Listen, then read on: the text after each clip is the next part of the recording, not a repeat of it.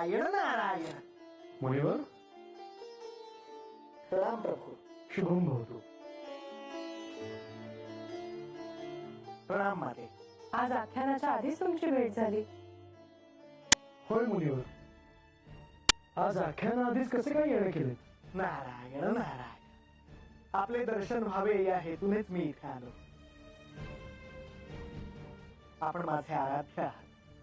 आपल्या दर्शनाने मला नेहमीच प्रसन्न वाटते आणि त्यातून आख्यानकातल्या कथानकाला प्रारंभ करण्याआधी आपले स्मरण करूनच मी आख्यानाला प्रारंभ करतो. आणि आजचं आख्यान हे विशेष महत्वाचं आहे. त्यामुळे त्याआधी आपली भेट झाली हे उत्तम झालं.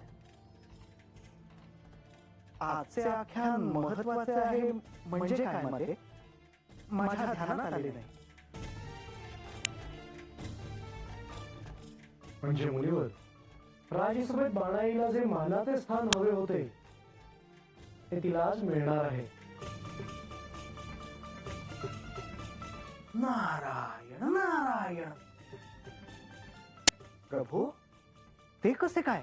कारण मुनिवर मीच तिला तसं सांगितलं. बानू ही जेजुरी सोडून चालली होती. मी तिला जर असं सांगितलं नसतं तर मात्र कठीण झालं असतं. मुनिवर, आज आख्यानाला प्रारंभ होण्याआधी राजसभेत बाणाईला तिचे मानाचे स्थान दिले जाईल आणि त्यानंतरच आख्यानाला प्रारंभ होईल. म्हणजे आजचे आख्यान खरोखरीच महत्वाचे आहे. नारायण नारायण.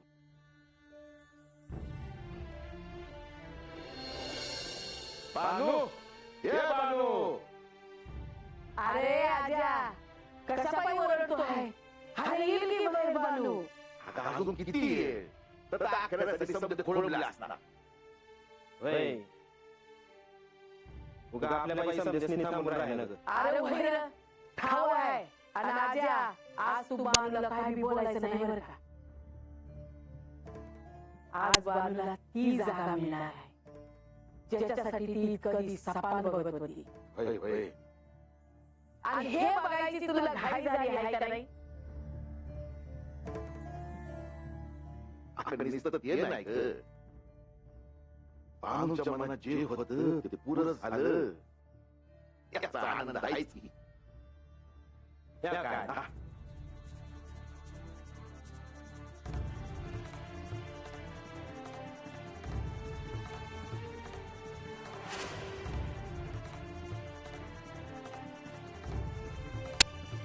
हे बघ, आज तुझी इच्छा पुरी होणार बघ.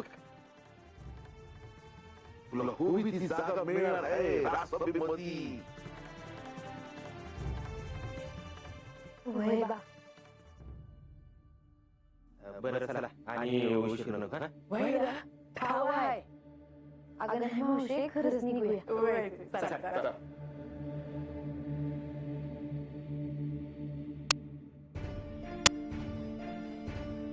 देवा,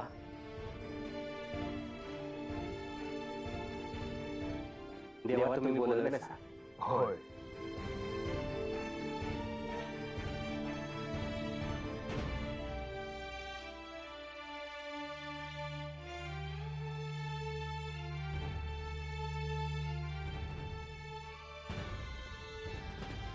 जोडप्पा, मला तुमच्यावर एक कार्य सोपवायचे आहे. आज्ञा असावी देवा. आता आख्यानाला पुन्हा प्रारंभ होणार आहे. होय देवा, आख्यानाची समधी तयारी झाली आहे बघा. नाही जोडप्पा, अजून आख्यानाची पूर्ण सिद्धता नाही झाली आहे. देवा, आमच्या हाताने काही चूक बिकट झाली नाही. नाही जोडप्पा, तुमच्या हातून काही चूक झाली नाही. परंतु माझ्या म्हणण्यामागे एक कारण आहे. जोडप्पा, आज आख्यानात बानूसाठी विशेष अशा आसन व्यवस्थेची सिद्धता करायला घ्या. म्हणजे देवा, बाणांसाठी नवीन जागा करायची आहे. होय, आणि म्हणूनच मी असं म्हणालो की अजून पूर्ण सिद्धता नाही झाली आहे. देवा, आता समजा ध्यानात आला बघा. मी आलो कामाला लागतो. उत्तम. येतो देवा.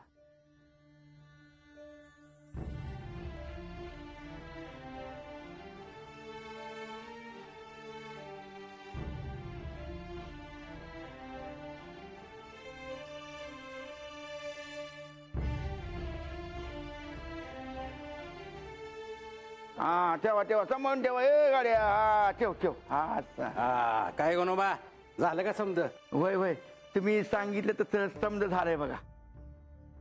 पर एक विचारू का तुम्हासनी? नाही, हे आसन कुणासाठी आणलंय ते नाही सांगितलं तुम्ही. अरे बाबा बाणाईसाठी आहे हे आसन. अहो पण माग आख्यानामध्ये त्या तसं म्हणल्या होत्या तेव्हा म्हाळसा देवी तर नाही म्हणल्या होत्या. होय आणि आता मध्ये अरे बाबा आपल्याला जेवढं काम दिलंय का नाही तेवढं करावं माणसानं. आणि देवांचा बी काय बा विचार असं नव्ह. होय होय होय लागा कामाला. होय, होय.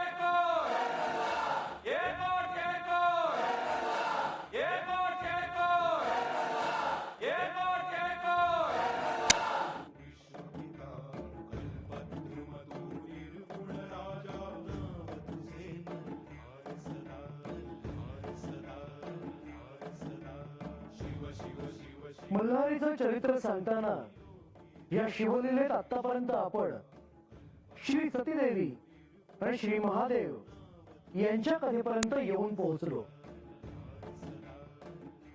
या पुढील कथा श्री नारद मुनी आपल्याला सांगतील आता. नारायण नारायण. मुनीवर आख्यानाला प्रारंभ करा. नारायण नारायण.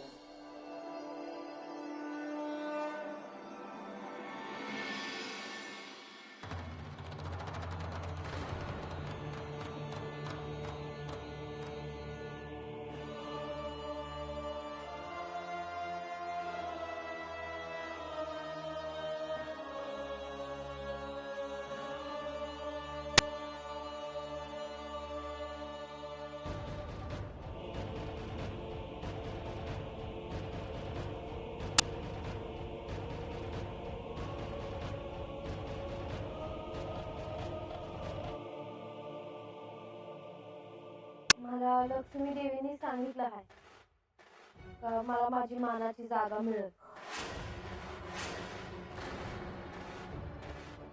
आणि नाही मिळाली तर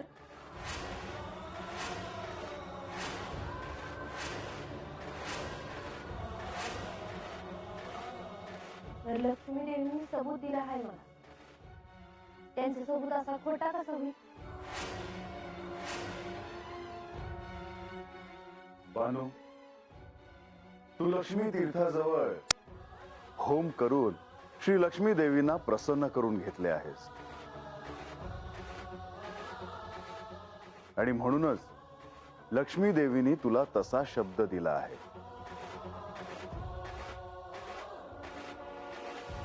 बानू आजपर्यंत तू सहानुभूती मिळवून कटकारस्थान करून तुला जे हवं ते प्राप्त केलंस आणि आजही तू तेच करते आहेस.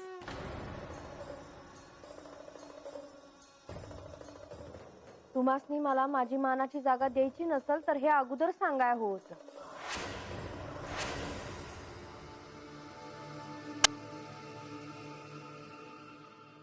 बानू तुला तुझे मानाचे स्थान मिळेल परंतु आधी हे तुमच्यामधील भांडण थांबवा.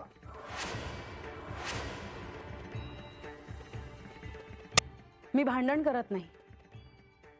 मुळात मला हा विचारच पटत नाही की हिला सत्य समजून घेण्यासाठी विशिष्ट जागा हवी आहे.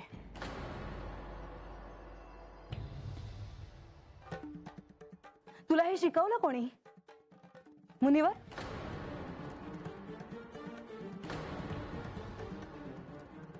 देवी मी तिला असे काहीच शिकवलेले नाही. शिकवायला कशापायी लागतंय? मी बी देवांची बायको आहे तेव्हा मला बी माझा मान मिळाया हवा.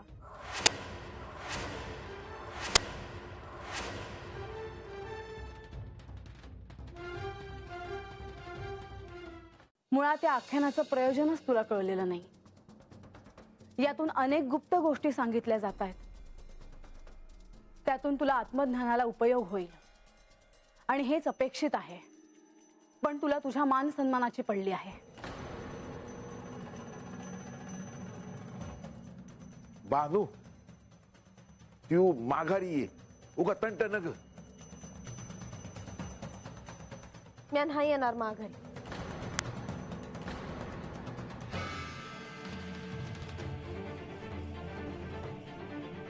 मी तर चाललेच होते, पण लक्ष्मी देवींनी सांगितलं म्हणून मी थांबले. आणि देवी, मला ह्यांनी माझं मानाचं आसन नाही दिलं तरी मी तुम्हासनी काय बी बोलणार नाही बघा.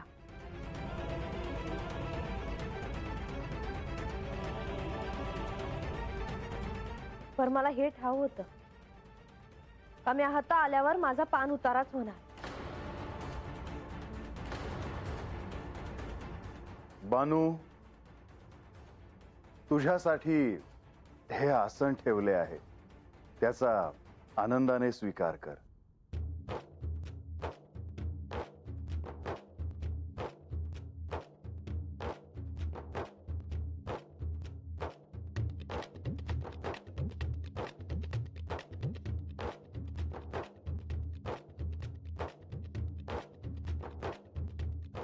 देवा, खरंच माझ्यासाठी तुम्ही हा आसन देत आहात? होय बानू.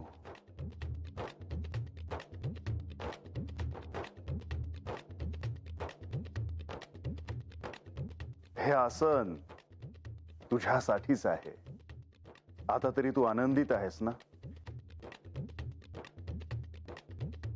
भाई देवा, देवा, मी हे दिस कधी बी नाही विसरणार बघा.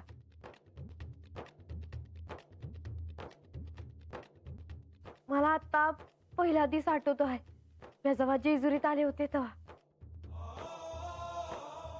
ताईंनी मला पायरीपाशी अडवलं होतं.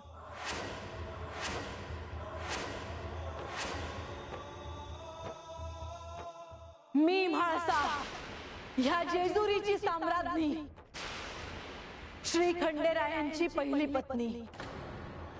माझी आज्ञा आहे की त्या बानूसाठी या गडाचे दरवाजे कधीच उघडणार नाही.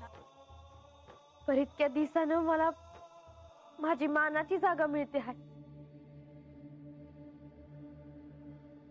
या स्थानावर बसून तुला सत्य कळण्यासाठी सहाय्य होणार नाही.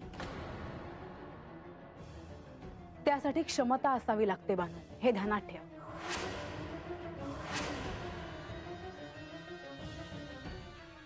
त्यासाठी धर्माचे अधिष्ठान असावे लागते. पण तुझा आणि धर्माचा काहीही संबंध नाही, कारण मुळात शुचिर्भूततेशी तुझा संबंधच नाही. रानावनात राहिल्यावर काय होणार म्हणा. संस्कृतीच्या कोणत्याही खाणाखुणा तुला पाहिल्यावर दिसत नाहीत बानू. होय, कारण आमच्यासाठी झाडं, पानं, फुलं, नद्या, आभाळ हे देवासमानच आहेत. आम्हासनी अभिमान आहे का आम्ही रानावनात वाढलो आहे.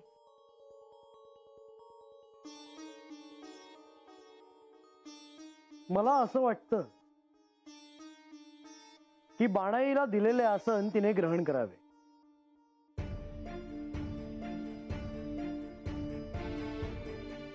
आणि मुनिवर, आपण आख्यानाला सुरुवात करावी. नारायण नारायण. बंधू, तुम्हाला असं वाटेल की लक्ष्मीदेवींनी दिलेल्या शब्दाचा मी अवमान करते आहे, पण लक्ष्मीदेवी, तुम्ही दिलेला शब्द हा वृथा जाणार नाही, तो खराच होईल. पण मी जे बोलते आहे त्याचे कारण तुम्ही समजून घ्यावे. त्याचे मूल्य तिला कळायला हवे. बानू, तुला तुझं स्थान मिळेल आणि त्याच्या आड कोणीही येणार नाही. परंतु आता तुझ्यावरचं दायित्व वाढलं आहे. तुला शिवलोकात स्थान मिळवायचं आहे. हे स्थान आज आहे उद्या नाही, परंतु जे चिरंतन आहे हे लक्षात ठेव.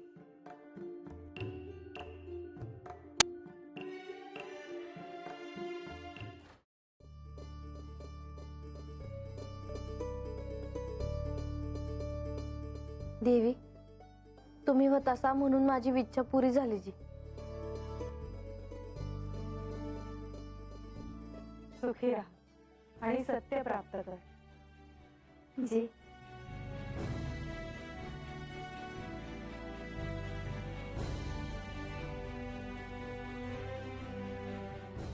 महाराज, आवाज वरण्यातच तुमचा आख्यान ऐकायचं. पण आता हात जवळ नसल्या तुम्हासनी ऐकल भीन बगल भी.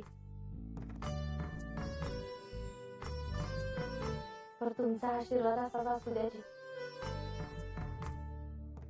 शुभम भवतु. नारायण नारायण.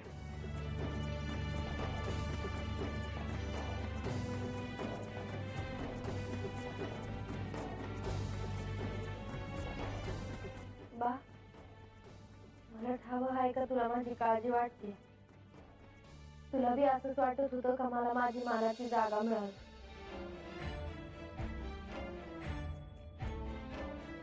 आणि आज ती मिळाली आहे बघ. तेव्हा तर बसण्या अगोदर तुझ्या बी पाया पडते ना.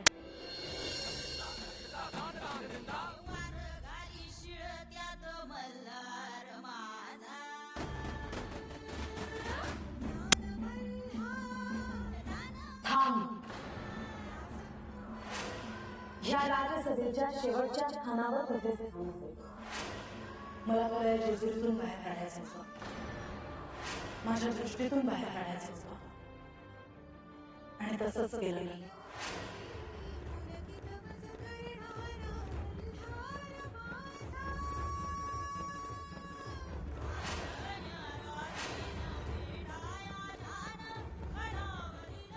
आख्यान सुरू आहे म्हणून तुला गड पाहता आला, नाहीतर मी तेही होऊ दिलं नसतं. बानू, त्यांनी काय सांगितलं ते ऐकलं नाहीस का तू? त्यांनी या यज्ञासाठी धर्मपत्नीला बोलावले आहे.